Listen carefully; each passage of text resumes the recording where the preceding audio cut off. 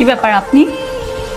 বাইরে যেমনি দুমায়া জর্তবান হইতেছে, বাসা একলা একলা টল করে না?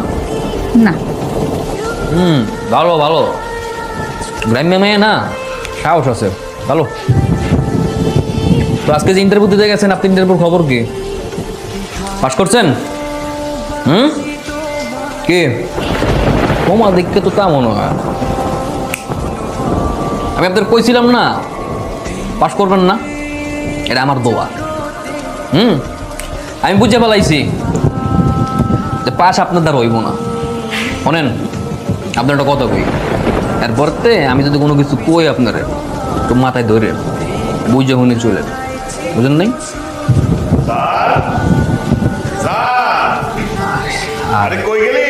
সব সময় তার মাঝখানে বলা, এই জায়গায় আছি।